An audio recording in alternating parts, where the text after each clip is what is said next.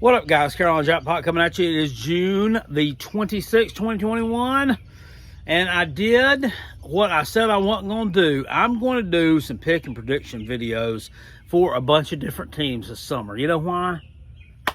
Because y'all, the viewers, the people that watch the Carolina Jackpot channel that tell me what kind of content you want me to give to you, ask for. So, you asked for, and I shall oblige you.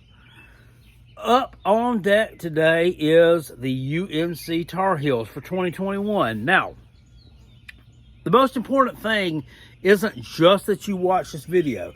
The most important thing isn't that you just hit the thumbs up and leave a comment in the comment section below. The most important thing is you share this thing. Hit that share button on your iPhone. Click that mouse on your laptop computer. Hit that little thing on your iPad. Yeah. Share it. Put it on Facebook Messenger. Put it on Twitter. Put it on YouTube. Put it on Instagram. Put it on Snapchat. Put it on TikTok. Put it anywhere that a UNC Tar Heel fan that you are friends with who does not know about the Carolina Jackpot channel may be able to see it. Interact with it, share it to other people, and like it. Maybe subscribe to the channel. This will help our channel grow. It will help our channel blossom. It will help our channel become something that it hasn't become before, which is a big channel that makes a lot of money. Right now, we're a shitty little channel that makes fucking pennies, right? And yeah, we want to be better than that. So let's get into the 2021 North Carolina Tar Heels. I'm going to put the schedule up on the big board here in just a few minutes, but we're going to spend a little bit of time talking about 2020. And you were 8-4 last year, which, I mean, was a good record by most standards, but really not what you wanted in 2020. North Carolina is coming off of a 7-6 record in 2019, which, by the way, that took everybody by surprise. I remember going into the 2019 season, my Gamecocks played North Carolina in the first game of the season. And everybody all summer long had talked about Mac Brown coming back to North Carolina. We're like, oh my God, you really think he's the magic elixir to make this team a decent football program? Well, it turned out that he kind of was and he kind of wasn't. In 2019, you left a lot of unfinished business. You came out, you upset my Gamecocks when we were 11-point favorite in what used to be our home away from home Bank America Stadium, Charlotte, North Carolina. You came out there, you beat us 24-20 after we held a 22-9 lead in the fourth quarter. You beat Miami at home, a team that was favored over you. You almost pulled a huge upset on your own home turf in Keeman Stadium in like week 5 against Clemson. You lost 21-20. You were a shitty 2-point conversion call by Mac Brown away from pulling a huge mongoose upset. And you lost at home to Appalachian State, which, you know, that's kind of head scratching and silly right there. But you exceeded everyone's expectations. You went on the road at the end of the year as an 11-point favorite. You absolutely humiliated your conference rivals, Tobacco Road rivals in North Carolina State, and you really laid the foundation for 2020. You went to the Military Bowl. You absolutely obliterated Temple, 55-13. So, I mean, everything was right with the world. In 2021, you kind of went out there and, I mean, you did what you were supposed to do. You won the games you were supposed to, but you lost some games that you weren't supposed to. Lost on the road to Virginia by 3 points. You also lost on the road to Florida State. Huh? Yeah, you did. You lost on the road to Florida State by 3 points as well in a game which they absolutely dominated you in the first half of that game. Finished up with a record of 10-2. You also had a loss to Notre Dame sprinkled in there, which was really nothing to sniff at in a home game. But then you went out and you lost the bowl game, which was a valiant effort in knowing that you had your top 2 wide receivers, your top 2 running backs, and your best linebacker opt out. You still led that game 27-20 going into the fourth quarter, ended up losing at 41-27 to a highly regarded Texas A&M game. Word to the wise, Florida. That's what you do. You don't absolutely go out there and get blown out of the water just because your best players aren't playing. You put your best players on showcase and you let them get some experience. Yeah, not a lot of teams understand how that works. Anyway, some unfinished business, right, in 2020 that you carry over into 2021. I understand it was a COVID year, and I understand all that. But going into this year, expectations are really, really high for North Carolina. You got Sam Howell returning. He's a redshirt sophomore quarterback, I think. Yes, he's a sophomore quarterback because everybody gets next year because of COVID. His freshman year, 38 touchdown passes, 7 interceptions. He actually broke the FCS record for touchdown passes by a freshman quarterback. 30 touchdowns, 7 interceptions last year in a COVID year. He also set a school record with 550 yards against Wake Forest, which was huge. He's projected this year as a big-bodied quarterback to be a Heisman Trophy candidate out of North Carolina. That's unprecedented, and possibly the #1 overall draft pick. I was looking at your team, what you got coming back. Looking at my Phil Steele magazine, you have the #3 rated quarterback room in the country. I can buy that one. Also, you have the #10 rated offensive line room in the country. You have all 5 starters returning over there on the offensive line, plus the tight end. And you also have the #15 defensive line room in the country returning, which for North Carolina is kind of crazy because your team has not been known for having good defenses in the past. But, hey, Jay Bateman, Mr. Ex-Army offensive coordinator, he's got some stuff going on there at the University of North Carolina. So I think you'll be just fine there. Those all wide receivers. You're a little thin there. You lost your top 2 wide receivers. You do return Karafe Brown, the brother of De'Ami Brown, who was a electric wide receiver for you the past few years. He's moved on. And you also return Bo Corrales, who was like the #3 wide receiver in 2019. Last year, he was hurt a little bit. Didn't play as much. You got some young talent coming up over there as well. I think in time, your wide receiver room is going to be fine. You have Sam Howell throwing to them. So if you've got a quarterback that can throw to them, and yeah, this team does make me drink. That can get them open, that can throw them open, that's huge. The running back room, you got some room for improvement there. You do return British Brooks and Elijah Green, both young guys from last year. And you're also adding Ty Chandler, a transfer portal addition from the University of Tennessee. But you got some major losses there in that running back room. So, how are you going to adapt to that there? Last year, you had Michael Carter and Javonte Williams back there. I don't think that Ty Chandler is going to be able to replace one or even both of those guys. At Tennessee, this guy was just an average running back. Now, the Tennessee fans would talk about him all the time, like he was, like next game was his next breakout game. He's going to rush for 150 yards. He's going to score 4 touchdowns and set the college football world on its ear. He'd be in Heisman Trophy talks and everything else, but it just didn't happen. He is an average at best running back, but he does help you kind of bridge the gap between what you had leaving and some of these young guys that you've got coming in this year that you're going to usher in as the future of their program. So, looking at your schedule, it's the number 47 toughest schedule in the country, but 10 starters returning on that defense. Most of your starters returning on that offense, except for a few of the skill positions. Defensive line is very good. Returning back Raymond Vahosik, your linebacker core. Without Chaz Surratt, they kind of need to nail it down a little bit. The defensive backs, they need to stay healthy. They got a good young group. If they do stay healthy, they will be one of the top units in the ACC. For what it's worth, I don't know if that's really good or bad, but they will be one of the top units. So this is guys, one of everybody's favorite teams this year to make a surprise conference championship run, possibly a surprise playoff run, definitely a New Year's Six run. Let's go throw the schedule up on the big board. Let's talk about the UNC 2021 schedule and see where they're going to land at. All right, so you open up on September the 3rd, a day before everybody else, on the road against Virginia Tech. And this is a game where both of these teams have a lot to prove. Virginia Tech kind of had an off year last year, a losing record.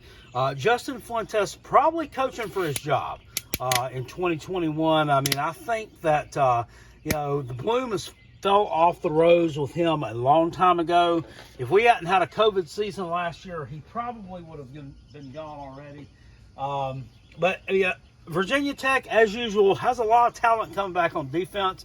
Offensively, they're pretty challenged. They got a quarterback, Braxton Burmeister, plays, about like the name says. It's pretty boring, but okay. That's about all I can say about it. Virginia Tech should be improved this year. How much is the crowd going to be a factor in this game? These teams were not able to have anyone or at the very minimum, very few fans in the stands last year. Virginia Tech has long been a place that's known as being, that's one of the toughest places to play in college football. But really, I mean, has it been the past few years? The past 10 years, really? It hasn't. I mean, it's really just been another run-of-the-mill place in the ACC. Really has fallen far off the mark. I think Virginia Tech's going to be improved. I think they're going to give you a tough game here, especially, with your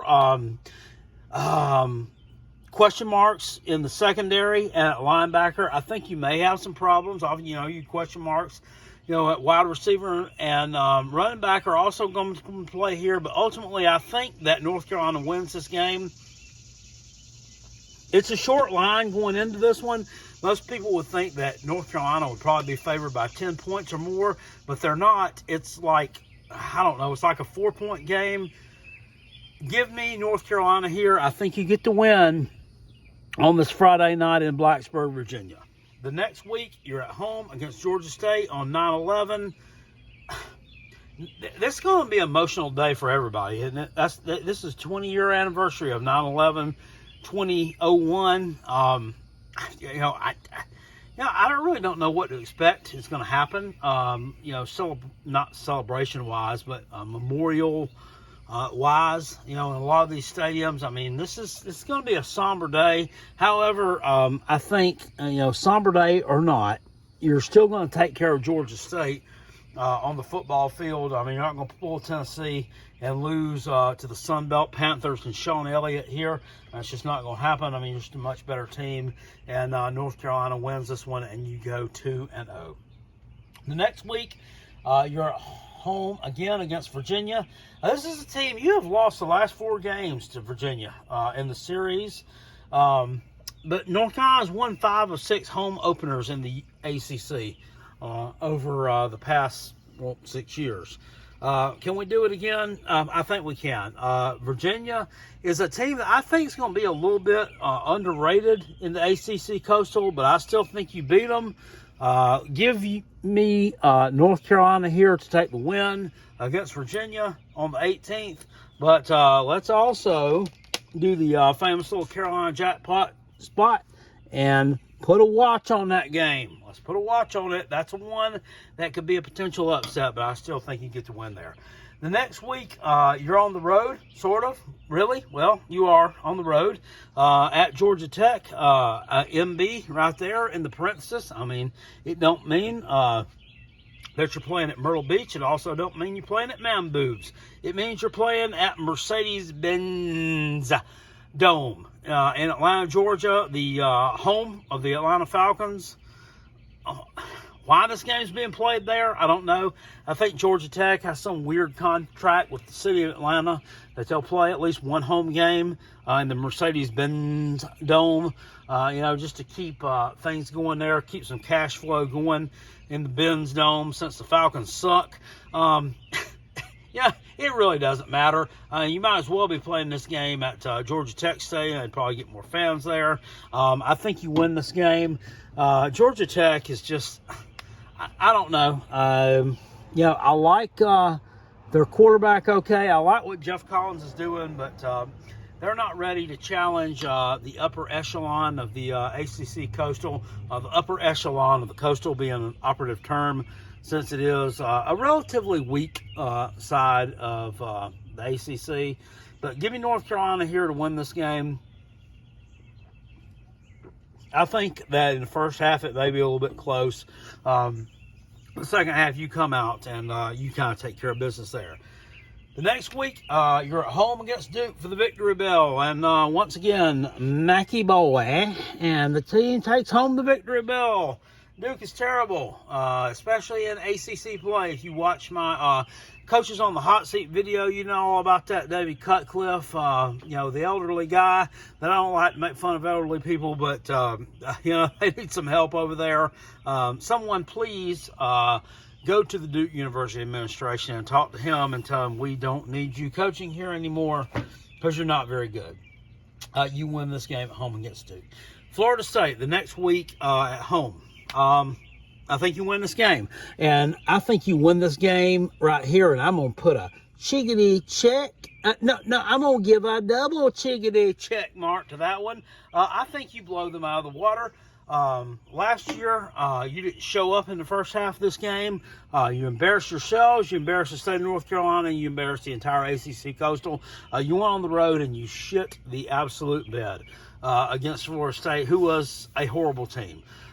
This year, no such luck. It doesn't happen. I think you go out, you come focused, you come ready to play, and you come ready to kick some ever-living ass, and that's exactly what you do.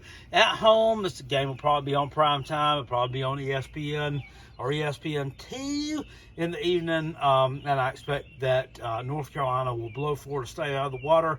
Do I think Florida State's recruiting better? Yes. Do I think Norvell may be the guy, not necessarily to get them back to the playoffs and necessarily to challenge Clemson? No, I don't, but I think he's the guy to build that thing up to where the next guy, who is really an elite level coach and really an elite level recruiter, can take them to that next little notch and get them back to where they were back in the day. Norvell, no, I don't think he is. I think he's kind of, kind of the glue that's going to bond the two pieces together. I don't think he's that, but I do think he is a decent coach. You're at home the next week against Miami. Miami's off a bye week in this one.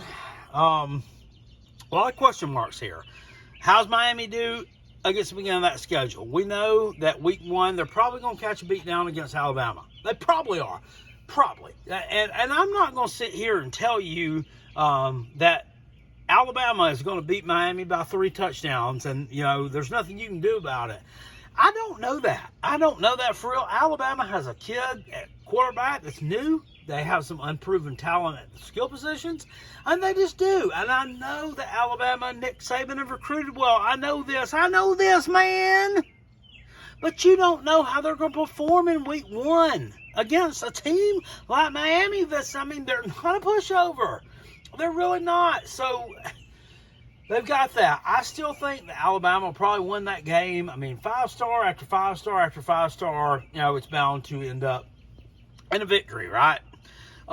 They play App State the second game. That should be a win for them, but you never know. Appalachian State beat you, didn't they? They beat my Gamecocks. We don't know. This thing, to me, is all going to hinge on De'Aaron King. And how is he going to play? Is that messed up knee going to be able to hold up during summer practice? Is he going to be able to hold up through fall, first part of camp? Is he going to be able to return to the form that he had at Houston? Is he going to be able to return to the form that he had in the first couple of games at Miami? If he is, this right here could be a toss-up. Because they got a lot of skill on both sides of the ball. They got a really skilled offensive line. They got a really skilled defensive line. in the running back room. Cameron Harris returns. This guy's good. I mean, he really is. They've recruited well. Manny Diaz, do I think he's the best in-game coach or the best, head coach, period, in the ACC? No, I don't. I mean, I think he's far from it. I mean, I think he's kind of a turd in a punch bowl, kind of floating around in the sweet stuff, even though he stinks a little bit. But there's enough talent around him to master that. How are things going to line up for you?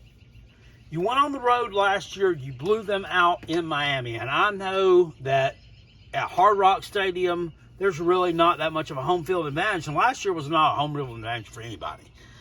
But on a normal year, if this had been 2 years ago in 2018, would it really have made that much difference? It really wouldn't have. I think you win this game at home. I think you win this one at home. I think this is the one where you kind of prove yourself. You go 7-0 right here, and you make a splash into the top 5. And, playoff implications, playoff rankings are coming out maybe the next week or the week after. They're coming out right somewhere in this area right here. So everybody's smiling on UNC, right? I mean, you're 7-0. You got to buy a week. On the 30th, the day before Halloween, you go on the road to Notre Dame. I think you lose that game. You lost to them last year at home, right? Notre Dame's going to be a little bit better this year than people expect them to be. I mean, just kind of bank on that. The loss of Ian Book, I don't think is going to be as much of a huge factor with Jack Cohn stepping in from Wisconsin. And I know, people are like, well, who's Jack Cohn from Wisconsin? Well, who was Ian Book from Notre Dame? I mean, he was just a game manager type QB. He was a game manager type QB. He wasn't flashy. He didn't wow you with his stats. He didn't wow you with it. He just managed the game. He didn't make a lot of mistakes. He made the throws he needed to, and he made the decisions that he needed to in a timely manner, which is exactly what Jack Cohn is. Decent running game coming back from Notre Dame. A really good defense coming back from Notre Dame. You're on the road. North Carolina is not used to playing in front of 80,000 people. And they're just not. If they go on the road to play at Clemson, they may play in front of 80,000 people as far as an ACC game goes. They go on the road to play at Florida State, they may play in front of 80,000. Say, well, Jackpot, they went in front of 80,000 last year when they played Florida State. No, they didn't. There wasn't 80,000. There wasn't 800 people there. So it's been a while. Yeah, it's been a while. They're not built for this. They are not built for that. After the bye week, you're going to get a win over Miami. You're going to rest on your laurels. You're going to sit back a little bit. You're going to go on the road to UNC. Or you're going to go on the road to Notre Dame. Excuse me, you are UNC. I'm not going to say you're going to get your face kicked in. I think this is going to be like a 3 to 7 point game. But I think you lose on the road to Notre Dame. The line of scrimmage battle will be key in this one. I think this might be kind of a low-scoring affair. Both of you guys are good on the line of scrimmage. Give me Notre Dame in this one. I'm not being a hater here. I'm not being, a Notre Dame chest thumper. I mean, I don't like them any more than anybody else does, or I don't dislike them any more than anybody else does. I don't really care, to be honest with you, but I think they win this game. The next week, you are at home against Wake Forest, and this is a non-conference game, even though Wake Forest is in your conference. I mean, it seems strange to me, but I kind of understand that North Carolina and Wake Forest want to keep the thing going, but Wake Forest is on the Atlantic, North Carolina's in the coastal. Why somebody just couldn't go to, the goddamn powers that be in the ACC and say, well, let's keep this thing going. Let's put both these teams in the Atlantic or both of them in the coastal, because North Carolina also plays North Carolina State. Both of them are on opposite sides of the division. One's in the Atlantic, one's in the coast. It's just the way things fall out, I guess. I don't know. I'm not the smartest man in the world here, but I would learn how to do things a little bit more smarter than that. Let's put Syracuse in the coastal or something like that. I mean, they suck either way. Put North Carolina in the Atlantic with these guys so they can play them every year, if that's what they want to do. irregardless of all that stuff, I think you get to win here at home in the non-con game against Wake Forest. Dave Dorr and his team are pretty good. They returned Sam Hartman at quarterback. It seems like he's been there since, 2012, but he really hadn't. But I think that you all still take care of business against him and the Devin Deeks of Dave Clawson, guy that I wish the Gamecocks had interviewed, but they didn't. They got Shane Beamer. Shane Beamer's doing pretty good as far as recruiting. So we're not going to go into any of that right now. But you're on the road at Pittsburgh. Short week. Thursday night you play them on the 11th. 11/11/2021. I'm not going to buy into that. Oh my God, it's a short week. Here comes the upset on Thursday night on our road. I'm not going to do it. I'm going to give North Carolina the big win there. Let me give you that big win. Whoop, whoop. Let me hit it with some W. And let me cover that Wake Forest thing with it. Pitt, to me, is the wet fart of the ACC. Meaning the wet fart, meaning that it starts out like really positive. Starts out like it's really going to be awesome, like it's really going to draw a lot of base, like it's going to draw a lot of attention, but it comes out really weak, really dribbly, and not that great. And it ends up leaving a stain all over the place. That's what I think about Pittsburgh. This is a team that was one of the elites in college football in the late 70s and early 80s. I don't know what happened to them. And since I've been in the ACC, the best thing I did was beat Clemson's ass in 2016. I went down there and made them look like a bunch of fucktards. James Conner ran all over the place, coming back from cancer and everything else. And then he put a big damn foot, big size 13 up Clemson's ass. But other than that, they really haven't done anything. Pat Narduzzi, to me, he looks like he'd be more adept as a pizza taster instead of a head football coach. And I know they returned that quarterback, Kenny Pickett, but, other than that, I mean, they're not going to do a whole lot this year. And they got a lot of work to do. They got a lot of work to do. You have to win this game, North Carolina. You have to win this one. If you go on the road here and you lay an egg and you do not win this game, it's going to be very embarrassing for you and everybody else. Go on the road and win this game. I think you do. I'm going to say you win this game, and I'm not going to put a watch on it like I did on Virginia. I think UNC wins this game. And I'm not even going to put that old black ring of doubt around that thing. The next week, you're at home against Wofford. Give me the win there. Wofford is an FCS school. They've given some people fits in the past. They're an option team. Georgia Tech was an option team too, but in the end, Georgia Tech ended up getting their ass kicked. I think the same thing happens to Wofford here. You stand no chance against North Carolina. It may be a boring game. I see the Tar Heels winning it. I don't know, 38-7, 38-13, something along those lines. Give me UNC there. You are heading into 10-20 or 11-27-2021 at 10-1. That's huge. That's huge. You go on the road. You play NC State. 2 years ago, you beat NC State by 4 touchdowns. Last year, you beat NC State by 3 touchdowns. This year, it's a road game.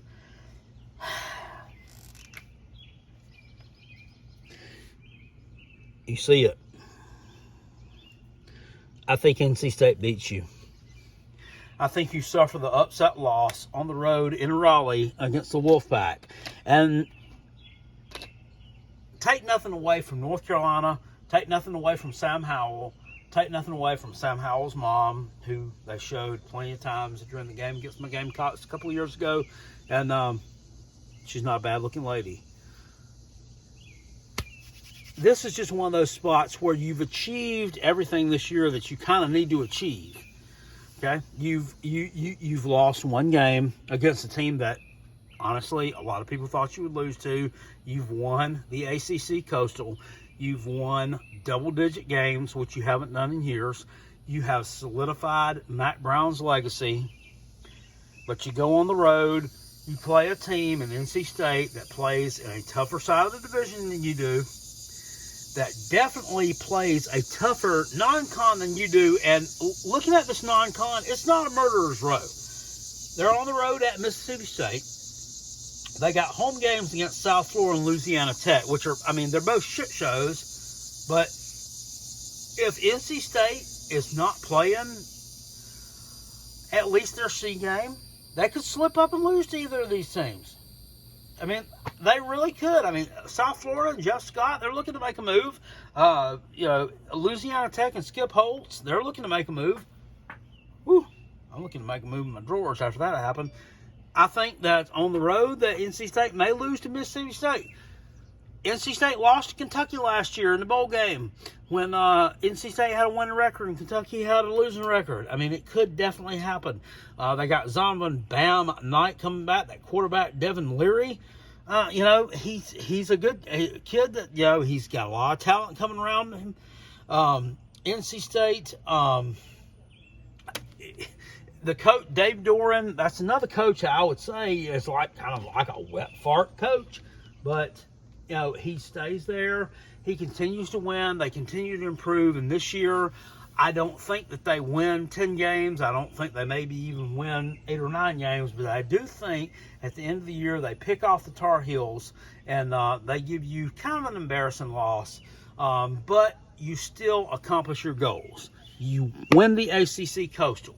You make it to the ACC Championship game. Sam Howell is going to be in the running for the Heisman Trophy, and Sam Howell is still in the running for #1 draft pick overall. He puts up some tremendous stats against all these teams, even this team and this team, which I think he's going to lose to.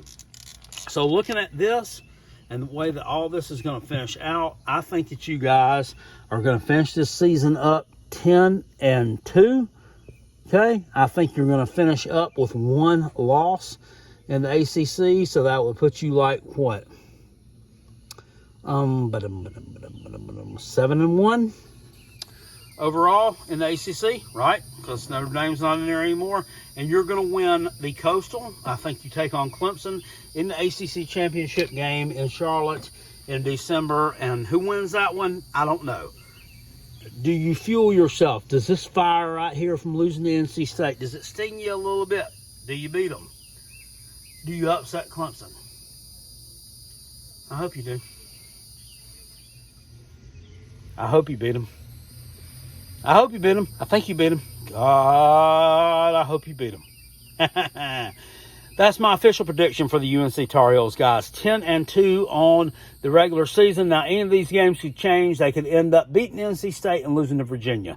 They could beat Notre Dame. They may lose to Miami. I don't know. But I circled the games that I think are pivotal for them and the games that I think that they stand the best chance of winning and losing.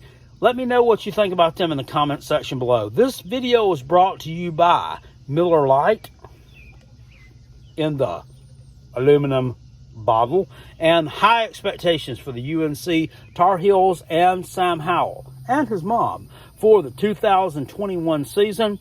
If you like this video, please let me know that you liked it. Hit it with the thumbs up, please. Leave a comment down in the comment box below. If you know a UNC fan, share it with them. Share it to their Twitter. Share it to their Instagram. Share it to their Facebook Messenger. Let's get the word out. Let's help the Carolina Jackpot channel continue to grow. And let's do great things here. And I will continue pump it up. Pump it up. Pump it up. Pump it up. I will continue pumping out that college football content that y'all love oh so much every day. Doot. I will see y'all later, guys. Appreciate it. Peace. I'm out of here. Go Gamecocks. Go Coach Beamer. Hey, man, just landed a transfer portal dude from Kansas. Was a freshman All-America last year. Who says Kansas ain't got no guys that can play no football? Nobody does. Shane Beamer definitely don't think so. He thinks we got a winner. So do I. I also think Shane Beamer's a big old winner with a capital dub. I'll see y'all later, guys. Peace, and I'm out. Go Cox. Woo!